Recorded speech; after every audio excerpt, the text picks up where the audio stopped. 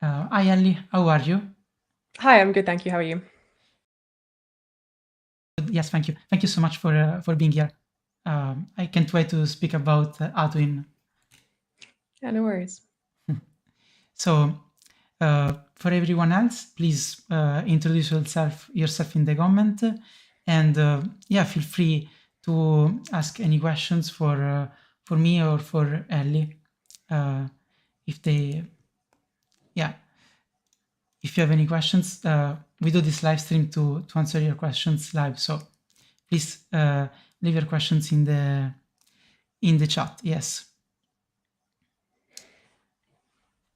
How are you, Ellie? Good. I've never been on a proper podcast before, so a bit nervous, but excited to see how it goes. Okay, no problem. We are two that are nervous, but like this is the third episode, and it feels like it's episode number 0, so no problem.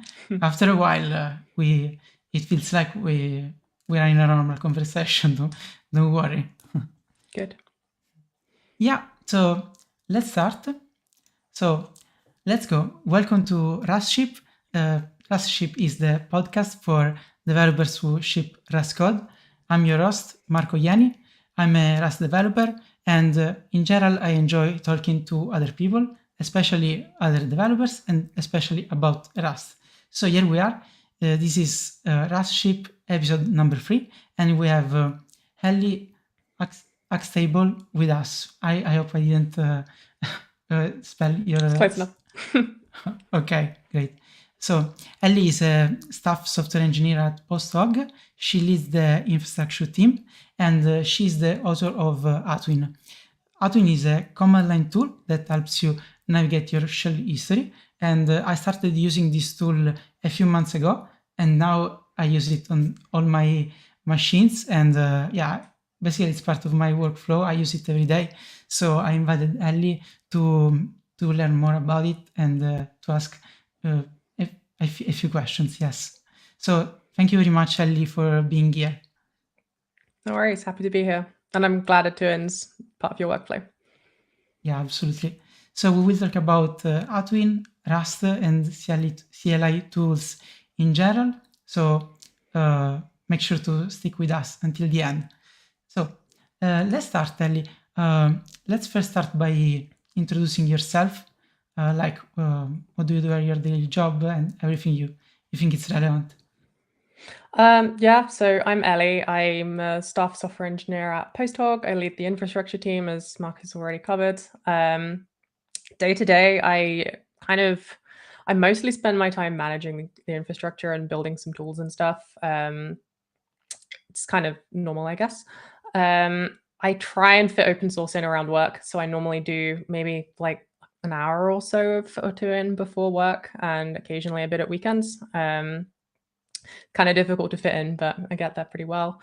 Other than computers, you can probably see there, I really like motorcycles. I actually had a crash a couple of weeks ago, so I was worried I'd have to rearrange this, but luckily it was fine.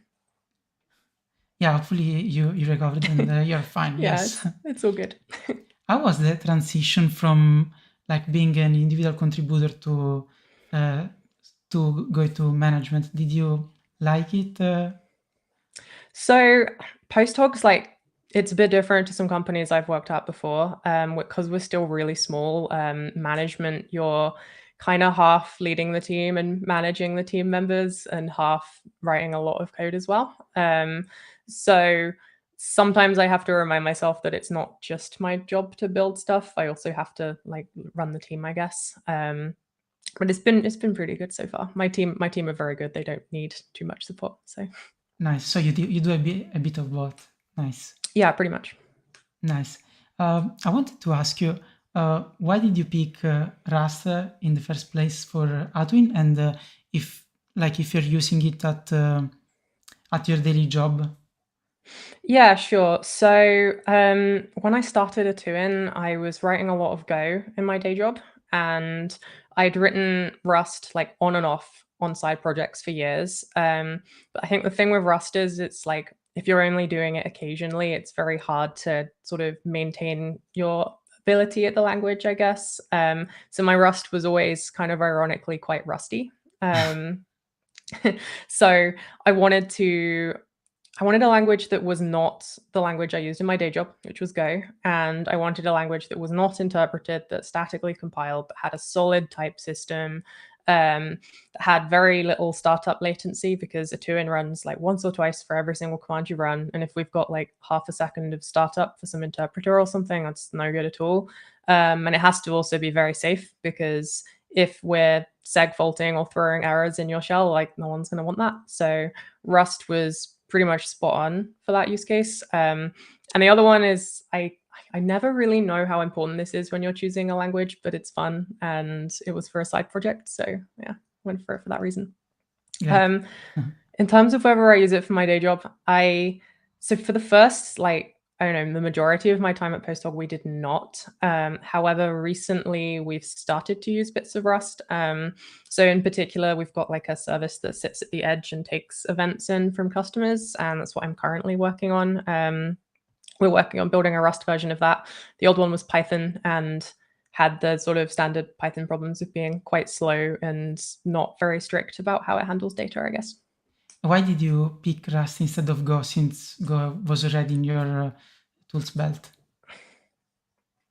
I think, so for one, there was a lot of enthusiasm on the team for using Rust. There was also, I guess, we've got to be very strict about the shape of the data we take in and the reliability of it, and have a lot of control over how we process it. And Go could have done that, but I think Rust does it a little bit better. And it's kind of just a proof of concept at the moment of whether Rust is suitable for us at work, because it's quite, while it is a very critical service, it's quite a small one. So yeah, I think it's the best way to see if Rust is good for your company. You introduce it slowly in small services, but then it grows because everyone normally likes it. Yes.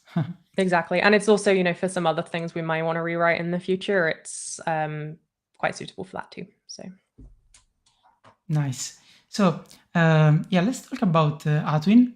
So what is Atuin, and why you created it? So Atuin basically, in its simplest terms, it provides a replacement for Control+R. It searches your shell history fuzzily with prefixes, however you want. We store additional context for your shell history. So rather than just the time and the command, we store, like what directory it was executed in, whether or not the command was successful, how long it took, that kind of thing.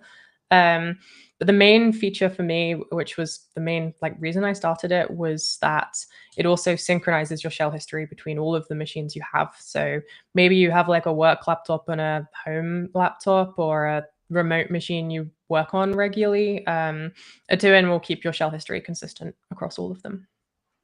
Yeah, that's really the cherry on top. Yes, but even using it with just one laptop, it will improve your developer experience by 10x with respect to the default controller you have. Yes.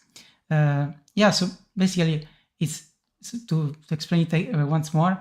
It's like, instead of, when you type controller, instead of the default old history search you have all the list of your most recent comments, and you can type, and it will fuzzy search. So it's really handy to find previously run commands. Yes. And the first thing I thought when I saw this is, okay, how does it work, right? Because how the shells that we use, so bash, zsh, and so on, allows you to step into and develop this type of plugins. Sure. So I made it first for ZSH, and ZSH was pretty easy, to be honest. So there's things called shell hooks, and they let you put little snippets of bash or ZSH or whatever to execute before or after a command. So what Atuin does is, right before a command runs, it sort of starts recording. It'll input the command you've ran, the directory you're in, that information. and then it will run again after the command is done, and it will kind of finalize it, I guess. And when we finalize it, that means we can have timed it, so we know when it started, we know when it ended, we know that it's exit code, that kind of thing. For Bash, it was a little bit more awkward. So Bash doesn't really have as many hooks available. So we used a thing called, I can't remember the name now. There's basically a shell script that's kind of like a hack to provide hooks in Bash. It basically modifies the prompt to provide the pre-command and post-exec stuff. It works generally pretty well. There's occasionally people have strange shell configs that clash with it. We now also support Fish and New Shell. Both of those provide shell hooks, and it was pretty much just a matter of plugging in the Atuin start recording and Atuin stop recording. So it wasn't too bad. Okay, so basically what you need to do if you want to record the shell hook is to basically for example in the ZSH RC file, you say okay, before the command starts, run this command, and after the command runs, run this other one. Exactly, yeah. Okay, so you use the first one to record which commands you run, and the second one probably to record the context. So, for example, how long it took to run. Exactly, yeah. So the first one we get probably half of the context, and with the second one we finish it off. I see. Okay, that's a cool. That's cool to know if you want to hack and if you want to write your own plugins. I see. Okay, so you said that for every shell is a bit the mechanism is different, right? Yeah. I'm thinking right now, is there like a Rust library that lets you write your hooks like just once, and it generates all the various plugins for all the various settings for all the shells? Don't think there is. That would be cool though. It would have made my life a lot easier, and that with a lot of contributors. So that would be really cool. Yeah, probably maybe you can extract it from Atuin. Who knows? Yeah. Okay. So yeah. So let's talk about by just the control R and looking at the commands, it's really useful for me. But there are some other functionalities that are possible by the context that you add to the command that you run, which are mind-blowing. So I will ask you, what are the various contexts that you can add to each command? So for example, it remembers the directory you're in, how long it took. So yeah, there's the directory, how long it took, as well as like the time that it started at. We also record the host name of the machine you executed it on. We record the shell session. So a shell session is like if you open a pane in your terminal, that's one session. You might notice like some terminal emulators will only record the history per session. We record a few other things as well. It's like the directory. I think we covered that one already. The exit code, and there's a few others, but I can't remember the whole list off the top of my head. I'd like to record some more. So there's been a bunch of issues where we've discussed recording like the whole shell environment for when you executed it, as well as things like if you're in a Git repository, record which repository you're in and that kind of thing. So for the Git repository, how is it more useful than like just the directory? I think it's almost the same, right? Almost. So in the most recent version, we introduced workspaces where basically there's like a mode for searching your history where it will show you all of the shell history for that specific Git repository. So whether you're in the root, whether you're in the source directory or whatever, it will let you focus your search to shell history that's there. The problem with that is if you have two different machines and one of them has your Git repository cloned in like your documents folder and another one cloned in a different directory, then Atuin does not recognize that those are the same Git repository because they're in a different path. So if we recorded, I don't know, maybe the Git remote or something like that, then we'd be able to identify that you're in the same Git repository, even if it's in a different location.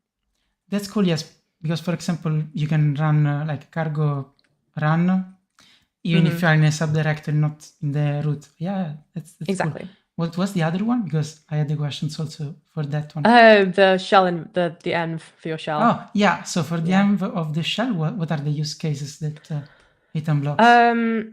So we see people use Atuin a lot for sort of figuring out what happened in the past. And the actual shell command does provide a lot of context, but it doesn't always provide all of the context. And sometimes you want to replay something exactly how it was. Maybe you've got like some setting you've passed in through the env or something like that. And recording that too is like a proper snapshot of exactly what happened. Nice. So you can like go back in time and like troubleshoot what happened and what commands you run in which context you run Yeah, them. exactly. Nice. Is it dangerous to record environment variables for like It security? can be, yeah. It can be. So it's actually part of why I ended up making it encrypted, to be honest. Like most people know that they probably shouldn't be pasting like API secrets and whatever into a terminal and it's in your shell history in plain text. But a lot of people do it anyway. It's a lot easier than just, whatever else you're going to do, like env files or whatever. So to start with, Atuin's end-to-end encrypted, I was very scared that I would end up with a lot of AWS access keys on my server and that kind of thing. And also, I think storing people's history in plain text is like a non-starter for a lot of people. So for both of those reasons, it is end-to-end encrypted. Kind of doesn't completely eliminate the risk of synchronizing secrets, which is part of why I haven't started working on it yet. One thing I did add in, or I don't think it's released yet, but it will be in the next release, is sort of a regex for filtering secrets out. So for instance, it will automatically not save history if it contains what it thinks is an AWS access token. So that kind of thing. But at the end of the day, there is like a slight risk. So it can't be completely eliminated. I see. So Atuin uses SQLite database to record all the commands you run. Is it also that end-to-end encrypted? So the SQLite that's on your local machine, it is not stored encrypted, so it is stored in plain text. It would be really nice to store it encrypted, but offering a very fast search and storing data encrypted is kind of difficult. Something I'd like to improve, and we're actually working on a new sync method where some of the data is stored on disk encrypted too. Ah, nice, I see. Like, have you thought about, I don't know if it's like, in theory you can decrypt the database, then store the content of the database not encrypted in memory, and then, I don't know, you can have this daemon that runs and the Atuin shell queries this daemon. Have you thought about having a daemon, long-running daemon? So yeah, I did originally. It was sort of an intentional design decision at the beginning to not have a daemon, mostly because I think at the time at work I'd been bitten by sort of daemons that hadn't quite been written right and wouldn't behave properly, wouldn't listen to signals properly, and would sort of be a zombie process and whatever. So it was an intentional design decision to not go for a daemon. But we're kind of at the point now where in order to do some of the features that I really want to do, a daemon is pretty much required. So there is a branch I started working on a long time ago to add a daemon. I'm going to revive it at some point, but yeah. Oh, I see, great. Yeah. So I think, first you're storing the commands in a proper database and not in a plain text file as like shells do by default, which is great. Why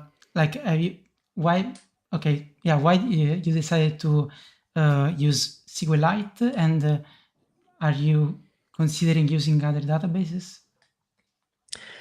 Yeah, so SQLite Mostly because I'd used it in previous projects, I was very familiar with it. I was very comfortable with the safety guarantees it has, I guess. The biggest problem I did not want to have is be 6 months in and suddenly the database is corrupted because of some edge case that nobody knew about.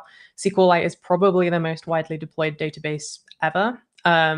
It's way more tested than anything else. It's very, very fast. And that kind of thing. So just from a safety and performance angle, it was almost a no-brainer. It actually has fairly decent full text search modules. We don't actually use them in Atuin yet, but they're pretty good too. The other question you had was about other databases. So Yes. I've always wanted to keep SQLite as the sort of source of truth, like the ultimate, this is where your shell history is and it's pretty safe in SQLite.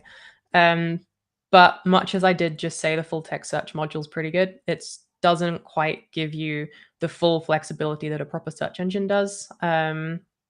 So I'm actually blanking on the name. I think it's like Tortelli or something. There's a Rust project for like a proper search module, which Conrad, one of the other maintainers, he had a go at using in a branch somewhere. And I think it would be cool to try that out. Yeah. Yeah. Hi, Conrad. You're awesome. Conrad's great. Yes. So I missed it a bit. So it's a completely different database. This search. Okay. So it's so you're thinking about replacing the SQLite database with this other database. No, so SQLite would still be the ultimate record of your shell history, but at times we would ingest that into an actual search database. Okay, so you will have two databases. Yep. Okay, cool. So Luciano asked in the chat, where did the idea of creating Atuin came from? And I think you said mainly because you wanted to sync your shell history between different computers, different laptops. So now is a great time to ask you how this sync between different machines work. Sure. So it's in a little bit of a state of flux right now, but the history of it is originally kind of at the moment, and it will be changing soon. It's based on timestamps. So the Atuin client knows that it has, say, 10,000 lines of shell history stored, and then the server knows that it has 9,000 stored, say, and the client will ask the server what it's got stored. And if the client has more, it's going to keep trying to upload shell history until the count on the server matches.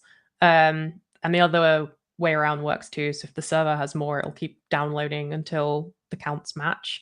I never thought it would work amazingly well when I first wrote it. I thought this would be good enough and it worked for me, but I didn't think it would scale that well.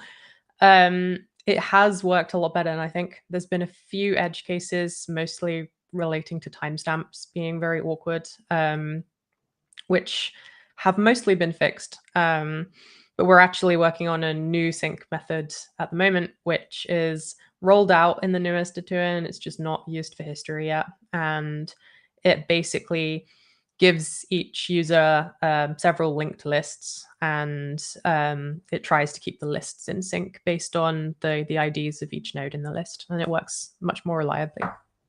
Oh, okay. So you're changing this mechanism a bit. Yeah. Okay. Yeah. But so the sync is not peer-to-peer. So the laptops don't sync between each other. There is a client and a server, right? Correct. Yes. So is the server another binary, or is it the same Atuin binary that can do both the client and the server? So currently it's one binary that does both. This was also very intentional in the beginning. I wanted it to be very easy for anyone to host a server. And if you have Atuin installed, you can go for it with running a server if you want to. Currently, there is a separate binary you can opt into. So Conrad has this one on his GitHub, and basically we were playing with the idea of having multiple different database backends. So the server at the moment uses Postgres. A lot of people wanted SQLite for sort of ease of deployment reasons. So there is another binary which uses SQLite as the backend. Oh, I see. So the client uses SQLite while the server uses Postgres. Yep. Nice. I see. And so you, yeah, we'll go back probably to the server in a moment. Yeah, so sure. we have a question from the chat from Horun. While working on Atuin, were there any particular difficult challenges that stole your sleep that night? I remember one. It happened in May the 6th, actually. I remember the exact day. So there hasn't been any sort of major incidents or downtime or anything like that throughout the history of it. However, there was something I noticed. It was the day before I realized what was going on. I noticed there was like really high HTTP traffic from a few users, and I wasn't really sure what was going on. The next morning, a few people were complaining that, or had reported that their Atuin wasn't completing sync. And it turns out what the problem was that, again, timestamp based sync, Atuin syncs in pages of history, basically. And what had happened was in one page, all of the history had the same timestamp, which shouldn't really be able to happen. But what had happened was that there was a bug in the bash importer, which meant that we were only, so bash doesn't have timestamps per history. Sorry, I'm kind of rambling a little bit. So when we're importing history, we sort of take one line, we don't have a timestamp for it, so we just give it the current timestamp. And then we get the next line and we just increment the timestamp and keep going so that they don't all have the same timestamp. But the problem that had been introduced was that we were only incrementing it by a nanosecond. And what I didn't realize when I reviewed this code was that Postgres's timestamp type does not have nanosecond precision. It only has microsecond precision, which should be good enough, right? Which meant that when it was being saved, they all had the same time, which meant that the sync logic we had, which made assumptions about newer history having a different timestamp, just wasn't completing okay, and it kept returning the same page over and over and over again. So sync was not completing. It took me ages to figure this out, and then obviously it's difficult because the binaries out there, it's not just like a web page where I can roll back a deploy or deploy a fix or whatever. It's got to kind of think of a workaround that people can run and then ship a fix. So that did steal some sleep. I woke up very early and had to fix that, but it wasn't too bad. That's a subtle bug, really. Yes. Yeah, I know, right? I wanted to, so I have two questions. The first one is, how did you notice the increased HTTP traffic? Do you have, so yeah, let's talk about this. You are basically you are hosting an Atuin server, right? For free for everyone to sync their history and to end encrypted, right? That's right. Yeah. So you noticed an increased HTTP request in your machine. So how are you monitoring it? So I haven't really put any proper Prometheus metrics into a Atuin server yet. I'd like to. It's on the to-do list. But I do export metrics from Nginx and from Postgres on that machine. And then I've just got a Grafana dashboard where I keep an eye on what's going on. Like I track whether both the disks on the server are okay, how much CPU it's using, HTTP requests, size of the database, that kind of thing. I see. Yeah. And thank you. And the second question I have is, I didn't understand why you are like doing +1 in the bash history. Can't you just do like date now, something like that? Yeah, so it was probably,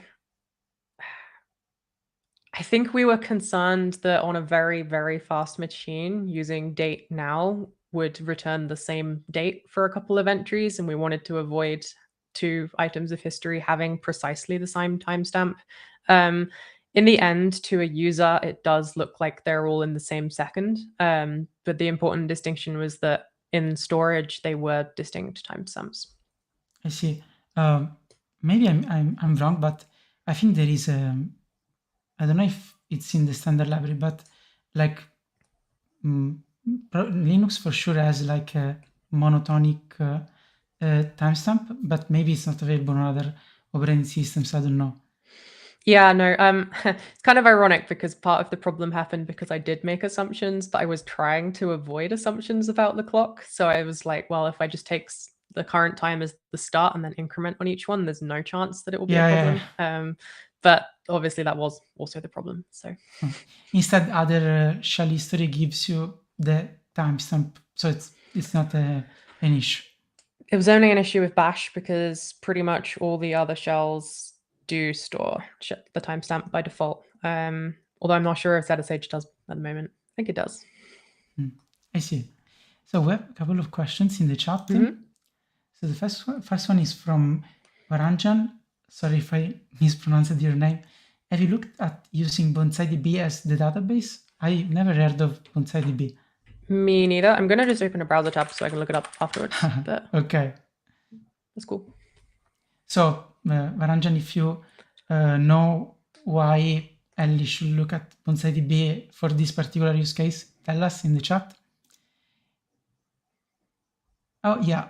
Okay. Solution is saying someone has to ask how much is the hosting cost for you at this point, and yeah, like it's very related to my next question, because like you're providing this server for free for everyone, and it's really generous from you. Yes. So I wanted to ask you why you're providing this service for free, and if you're thinking about offering paid plans and stuff like that. Sure.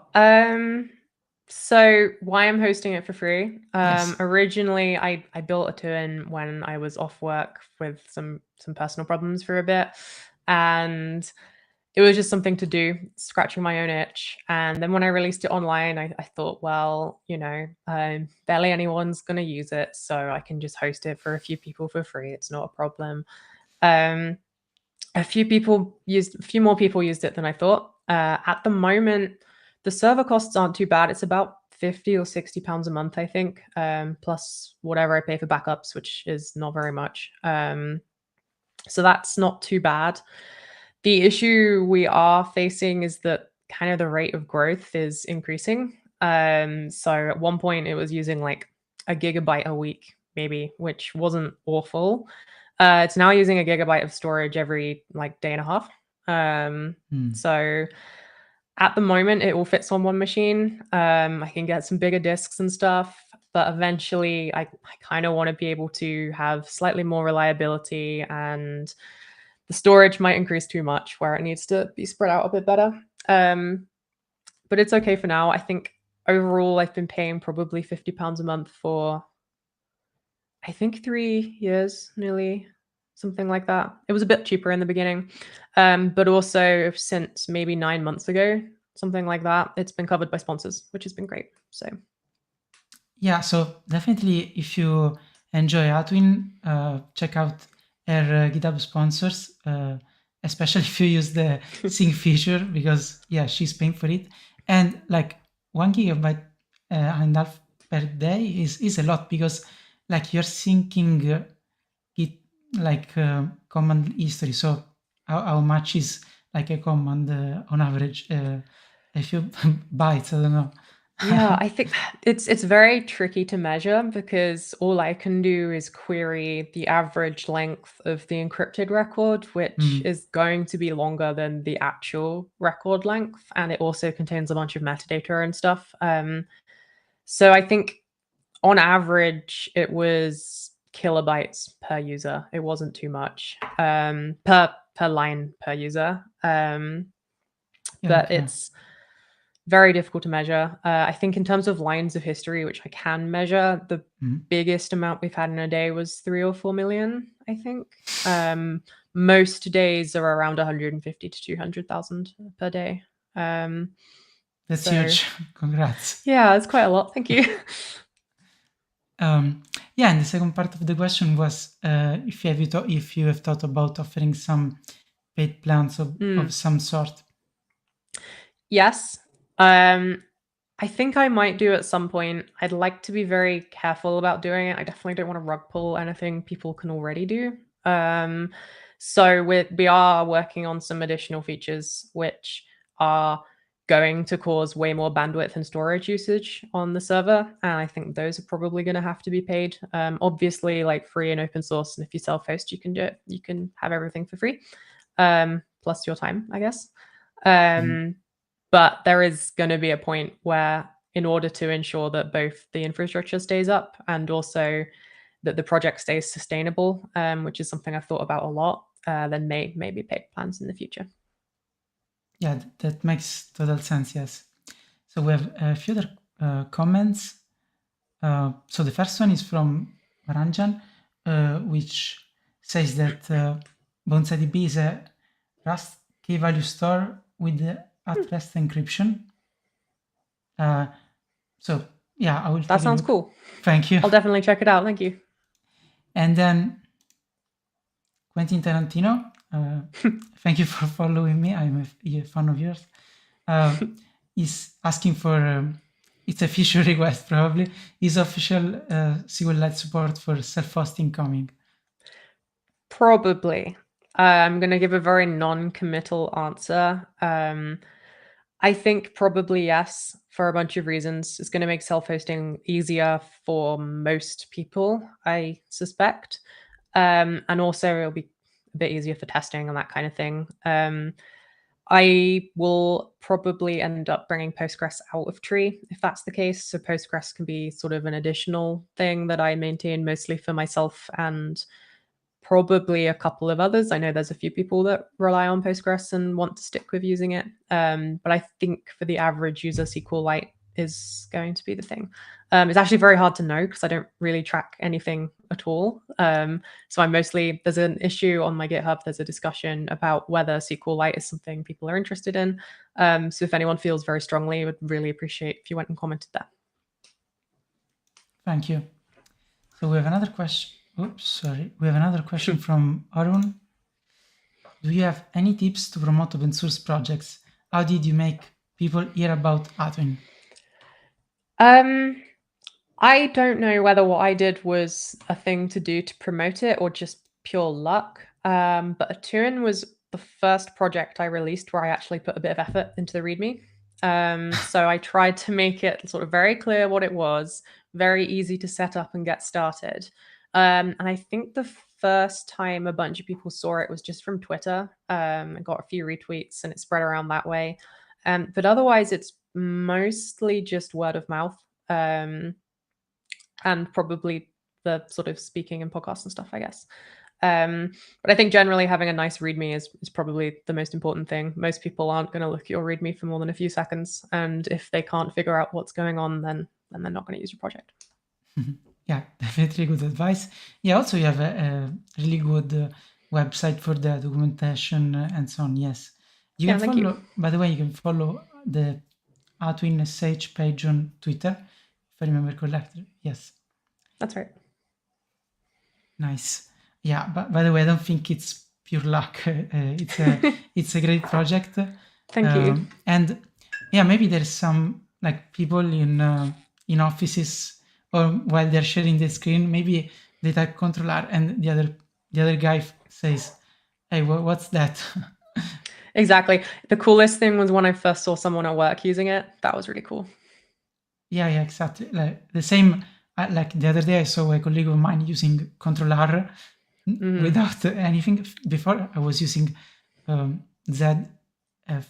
FZF, something like that but I replaced it with Atuin. And so I linked the project immediately after, yes. So Luciano is asking if you're using Dogusaurus for the docs. From the look of it, I think yes. Yeah, we are. Yeah, I'm using it as well. It's a great way to build docs. Good. Yes. So cool. I wanted to ask you how the encryption between the Atuin client and the Atuin server works. I think it's one of the most critical parts of the system because, like as you said, leaking API keys is not fun. No, exactly. So currently the sync method uses libsodium. It's libsodium secret box. So it's symmetric encryption. We generate a key, store that on your machine, and encrypt all of your history with that. It's been the case ever since the beginning. we're planning on doing something different for the new sync that's probably going to come out in the next release.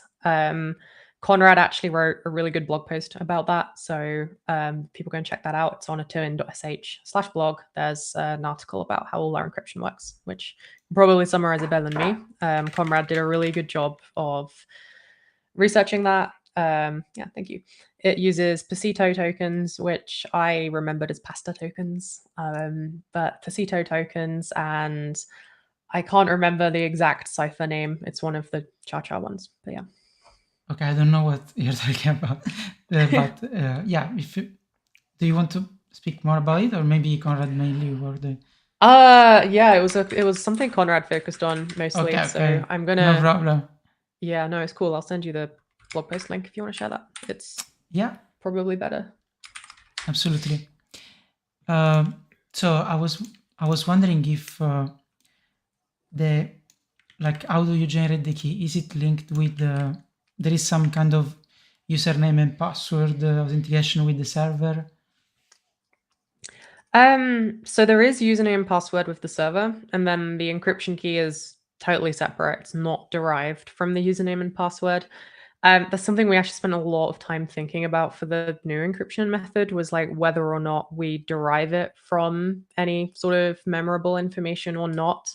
One of the most common problems we have is that people forget their login details, and we kind of ended up with, we're just going to stick with the encryption key just being a token that you have to put in a password manager or something like that. There's actually a branch up of using the macOS keychain, and I think it uses the Linux and Windows one as well. It's a really cool Rust project that does that. I think it's called Keychain RS, I think, just to store the encryption keys so people don't lose it. I'm still not 100% happy with our key management stuff because it still relies on people remembering pieces of information, which people are very, very bad at doing.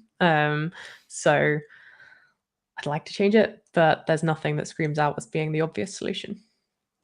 Okay, and different laptops have different keys, right? It's currently a shared secret.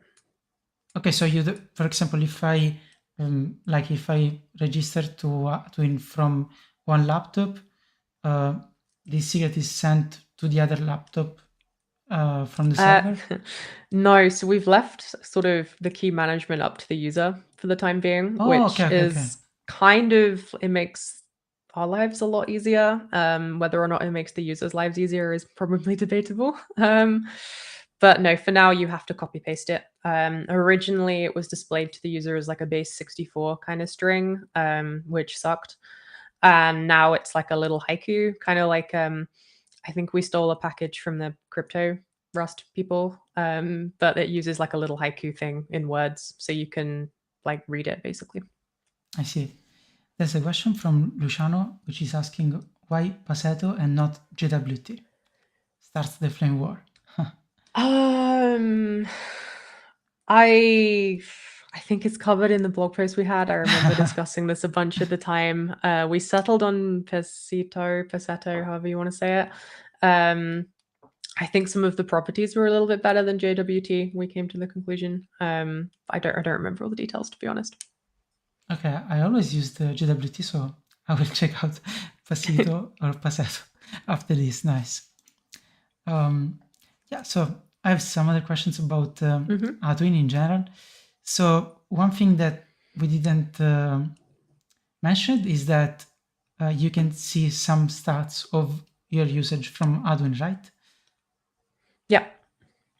Can you tell us a bit more of how it works? So currently the stats are, I don't know, they're like the minimum. It's something we want to explore a lot more, but it will basically analyze the history you have, and it'll tell you the commands you use most. So you can filter it by all time, so all of the commands you've used since Atuin has sort of knowledge of.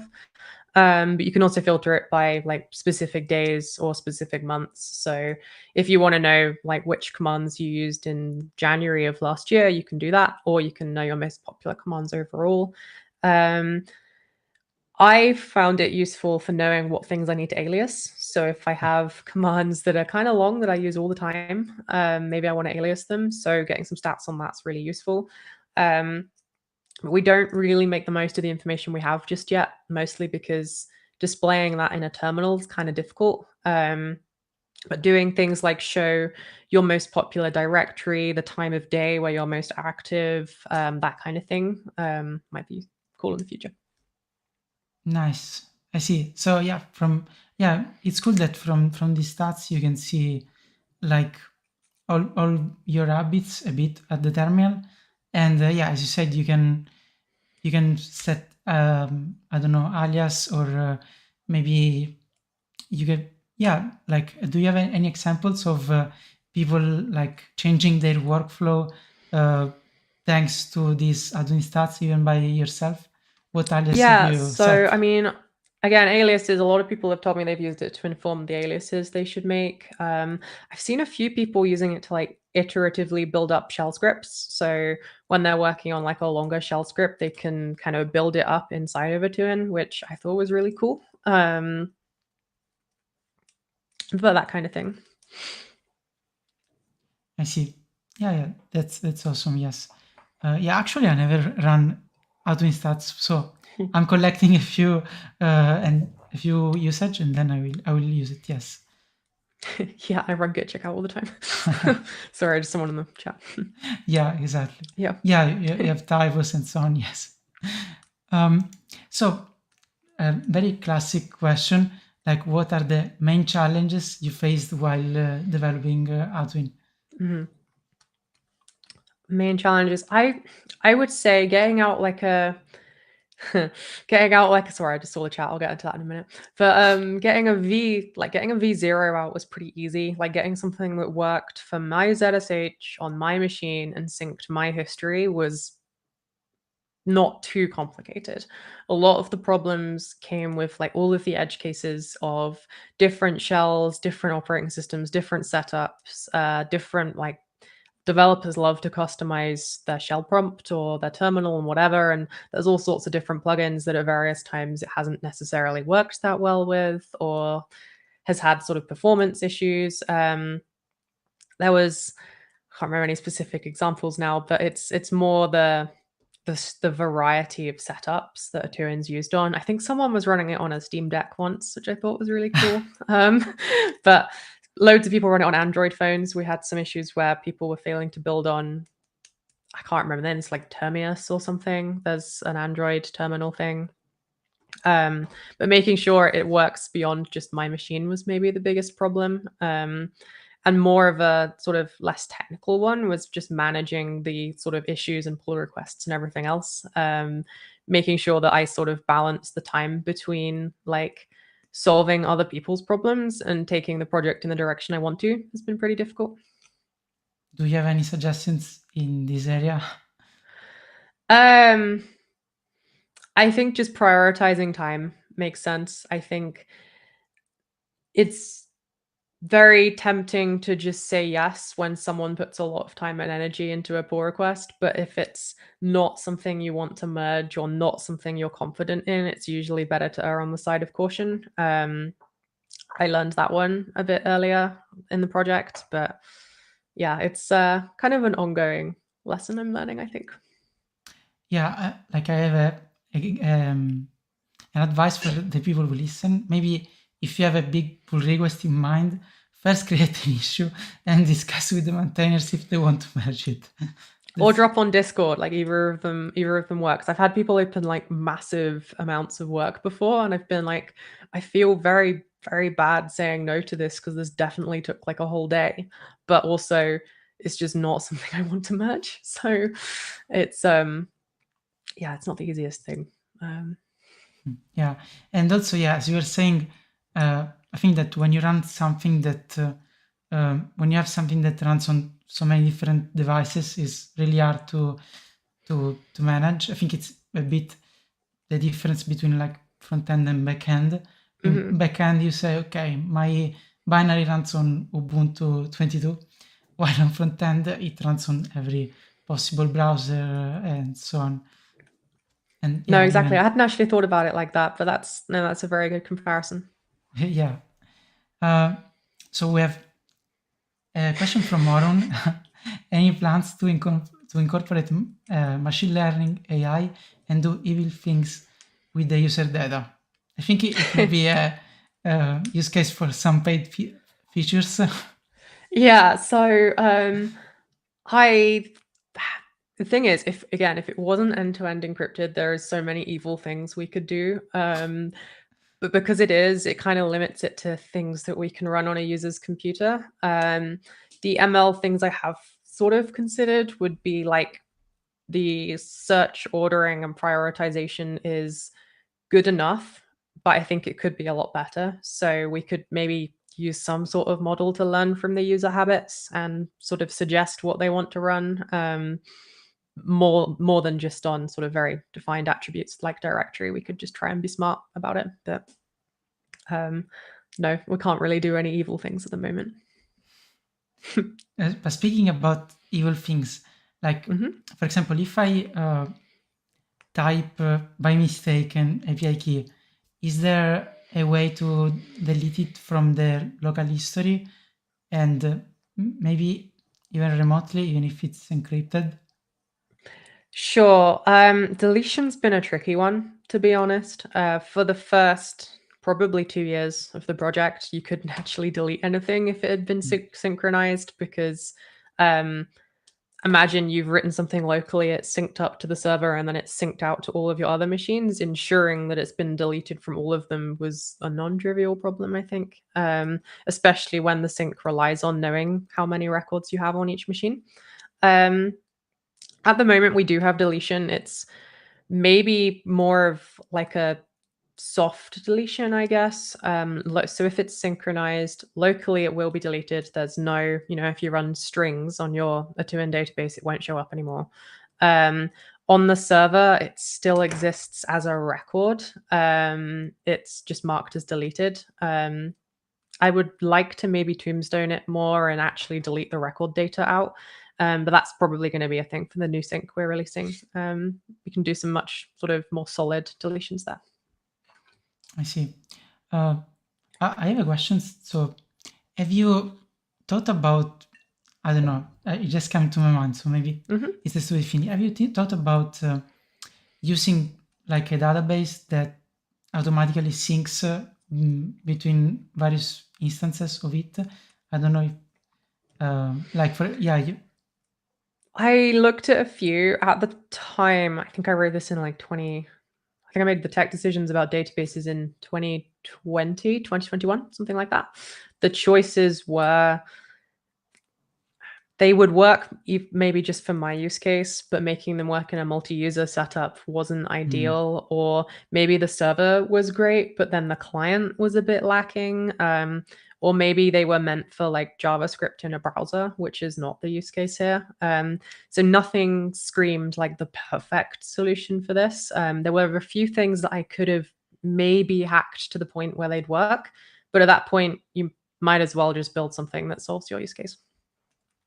I see. Yeah, where I'm coming from is like all these local first web development database that are popping up. There's quite a few for the browser. There's just not so many that are outside of the browser. Yeah, it would be cool if there was like a Rust library that you can just statically link into your binary and manage the database for you. So that's actually where we're going with the new Atuin sync. The thing I released in Atuin 16 is the key value store. It's kind of an experiment, but it lets you just sync like keys and values, like whatever you want.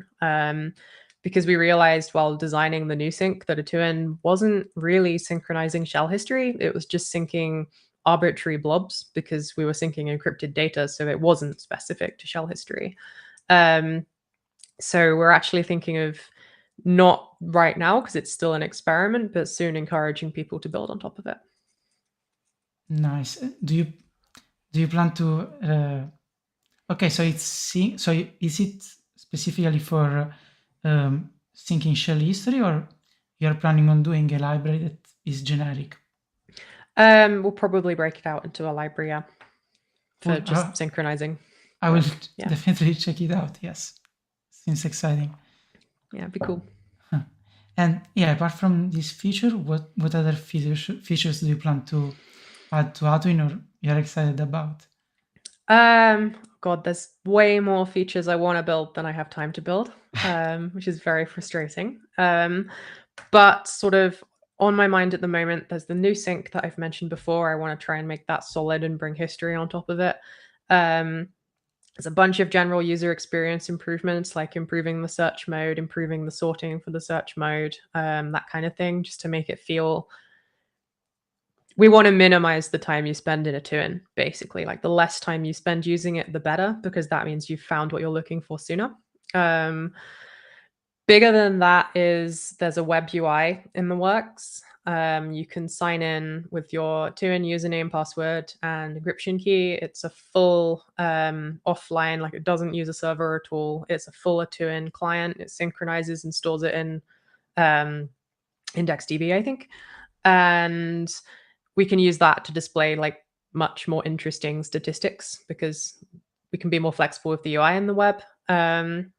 And there's also some real-time sync I'd really like to do. I'm not sure if it's useful to most users, but for some users, having it sort of immediately sync out to every other machine you have online would be cool. Yeah, those are very exciting features. Yes, I can imagine that it takes time to build them. Yeah. We have another question from Arun, which is a person which has very few side projects. So he's asking, Just a few. yes, do you have any side projects that you work on? Oh God. So I released one over the weekend called Yeet, but it's basically like it's not at all very polished and it's pretty much just for my use case, but it's like an image uploader and proxy. So I rebuilt my website for the 1000th time in the last month, and I wanted somewhere to store images that wasn't just in a Git repo. I wanted to store them in S3, ideally. I did not want to pay S3 bandwidth costs. So it will basically, you make a curl request, it uploads them to S3, stores them in a little bucket, and then it will handle optimizing them and caching them in response. I actually built that because I wanted something really small I could finish in like half a day or a day or so. Because much as I love working on Atuin, it's one of those like really big projects that needs a lot of thought, and just having something tiny I can finish is really nice. I have a bunch of electronics projects as well that I like working on. My motorbike is currently in parts in the garage, and I like playing around with that. But yeah, we'll see. Do you find working on other projects sometimes like refreshing, that you need to a bit step up from your main side project? Yeah, so I mean, I started programming a really long time ago for fun. It wasn't like a degree and then a job that I ended up starting with. I started it for pleasure, and it is sometimes nice just to work on something that's almost inconsequential, I guess. If I mess up with an Atuin release, I break a whole bunch of people's shells, which is not what I want to do. Just messing around with some new technology I've not played with before and just sort of building something silly, I guess, is fun. And sometimes you need to just sort of step back, and then when you go back, you're refreshed and you've got different ideas. Yeah. Yeah, now that I think about it, releasing Atuin is very scary. Do you have any test, what are the some tests that you developed to increase your confidence when releasing? Like, probably you have unit tests. Do you have some kind of? Yeah, we have a decent amount of unit tests. We have some integration tests as well. Slightly more recently, they just sort of test the can users sign up. There was one release where we didn't realize we'd broken the register endpoint until the next day, which obviously needed a patch. The other things are sort of, I mean, we do need more tests. I think that's true of every project. But what I do is I run the latest branch, the latest on the main branch on my personal laptop, but I run the latest release on my work laptop just to make sure there's no sort of weird sync breaking changes going on that I've not realized through testing. And it is very helpful that I do use it pretty much all day, every day. You kind of catch a few bugs there, but yeah, there's a few people on our Discord as well who regularly update to the latest commit and test it out. That's awesome. Yes. Yeah. Probably it's a good strategy. Use using it yourself before releasing it. Yeah. I was wondering if you have unit tests, integration tests that runs the binary and check the standard output or stuff like that. Not yet, 'cause we haven't been very good at having it stable. The thing that bothers me most, to be honest, is that the UI isn't really that tested. The code for it is, in the nicest terms, very organic. It kind of grew over the years to fit like various things we hadn't thought of, and it could do with a restructuring in a way that's easier to test. I see. So I have a, let's say, more philosophical question. Yeah, go for it. We've seen in the latest years desktop environments that and apps in general, GUI apps that evolved, that like they are more user friendly, they have more features and so on. Instead, if we look at the terminals, like if you install I don't know, an Ubuntu from 10 years ago, and you install Ubuntu again today, like the terminal is almost the same, right? And Atuin is, to me, is an example of how you can improve the experience of the user using a terminal.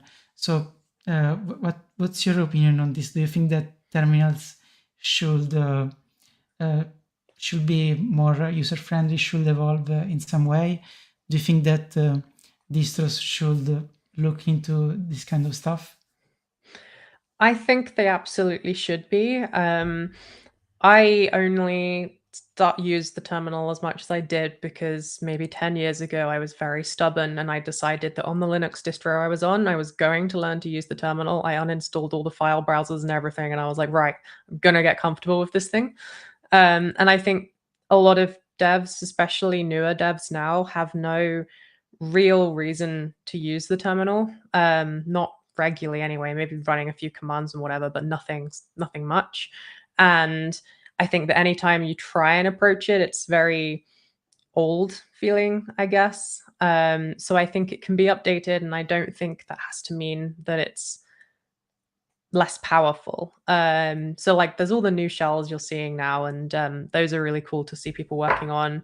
There's like even just newer prompts and newer tooling, even like the kind of, there's lots of Rust tools that replace standard old Unixy tools, which are really nice.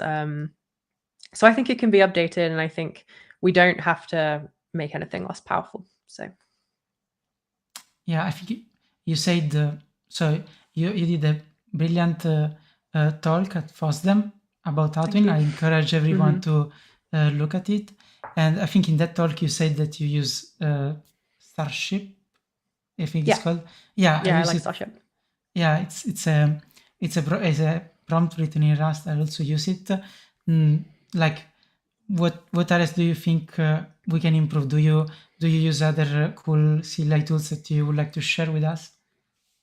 Yeah, I think the two I've used the longest, at least, replaced just LS and cat. I use them, and Z oxide too, actually. But I use LS is probably, if you look at my Atuin stats, which I put on our Discord, LS is my most ran command. Thank you. And making the output a little bit nicer by default just made the shell feel friendlier, I suppose. And then bat, I think it's called. I have an alias to cat, so thank you. Having the output of whenever you're trying to see what's in a file, I guess, having that be syntax highlighted and have line numbers is really nice. I also enjoy Z oxide. That's I don't know, it just makes things feel a bit better, like a smarter CD. But yeah, I use bat as well. What's Z oxide? It's like I'll put a link. It's basically, it's like a smarter CD command. So it keeps track of the directories you're in, and you can, like, instead of typing the full path, you can just type the directory name and it tries to figure out which one you mean. Okay, is the one you invoke with Z? Okay. I think it's a Rust rewrite to another project. Yeah, I see. Cool. I will check it out. Yes. So Arun probably is asking, ironically, if you've considered writing Atuin in Zik. I would ask, like, feel free to answer, but I will also add, have you looked into Zik? Have you I played actually with it? haven't. It's been on my to-do list. There's a long list of projects that I want to explore and languages I want to explore and technologies I want to check out. I just haven't had time. I would really like to check out Zik though. Yeah, me too, yes. But as you said, prioritization, yes. Pretty much, yeah. Okay, so Alberto is asking, opinions on the refreshing look of work terminal. Might that increase the usage of terminal for new devs? I think so. I think new devs are probably used to things like VS Code, which I think VS Code's great. Personally, I don't use it. I'm very used to Vim kind of reasons. But I think the fact that you open it up and it pretty much installs all the things you need for you, the environment's nice, it's already there. And then if developers who are used to that kind of experience go to the terminal where, you're greeted by a blinking cursor, nothing's set up for you, there's nothing there already, and you've kind of just got to figure out what to do yourself, especially when you don't even know what to Google to make it nice. I think having a nicer out of the box experience is probably a good thing. Yeah, I think the same, and probably we are missing the input of new devs because Yep. maybe they are scared of the terminal. They just don't use it, and we are so used to it and so we don't think about improving it that much. Yes, but it's great Exactly. that projects like Atuin and Work make this better. Yes. So Lucian is asking, what else is in your learning list? So I'm very interested in how things work, basically. And I usually explore that by just building one. I'm very hands-on. I really struggle watching like a YouTube video or reading loads of blog posts or whatever. I normally just have to make something. I've been very itching to have a go at writing an LSM tree for a long time. I've also wanted to try implementing Raft. Kind of just all of the technologies that underpin databases at the moment, I guess. I think they'd be fun to play with. I also want to write a Git sort of implementation, I guess. I think that'd be fun. Oh, okay. Like there is, I'm sure you know there is Git Oxide, the rewriting Yep. Rust. I wish it gets better and better because depending on libgit2 is painful. Exactly. Do you know, I actually wanted this for Atuin. I wanted to be able to pull like information out of a Git repository, but I also do not want to link with libgit. So we'll see. I used libgit in a project because I said, okay, let's do things properly. Then the next project I did, which was Release Please, I said, okay, I'm going to shell out Git and read the standard output. Exactly. No, it's very tempting. Okay. Yeah. If anybody else has any questions, feel free to put them in the chat.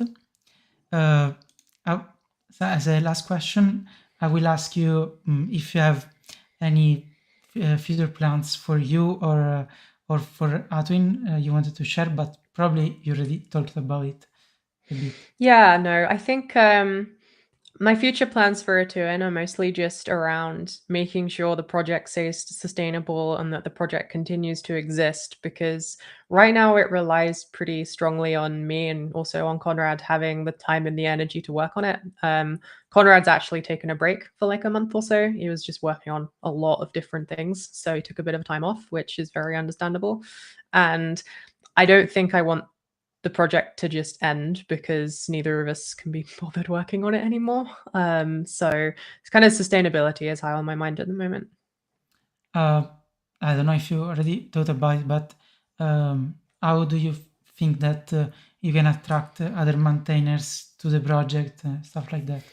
Yeah, I've thought about it a bunch, and part of it is, to be honest, we need to get better at organizing our issues and making it more approachable to new potential maintainers. But also making sure that we get people, I guess, on the same page with what we want to build. So I'm trying to figure out the best way to do that at the moment. I see. Well, good luck with that. Thank you. Yeah, I will just remind that Ellie is a GitHub sponsor, so go sponsor her if you like Atuin and you want Atuin to succeed. Where can people find you online? So my personal website's just ellie.wtf, and it's got my sort of socials and stuff linked at the bottom. Otherwise, I'm Ellie_Huxtable on Twitter, and on Mastodon, I'm on Hackyderm /Ellie. Yeah, and instead, what are the contacts of Atuin? So Atuin's available at atuin.sh. Also, the GitHub org is github.com/atuinsh. Okay, thank you very much for being here. It was a really great conversation. Thank you so much, everyone. Thank you for watching. And thank you also for all the people who stayed with us and asked questions. You were amazing. Yeah, and see you at the next one. Bye. Yeah, just a reminder that RustShip is available on your favorite podcast client, on YouTube. So subscribe to it if you like it. See you next time.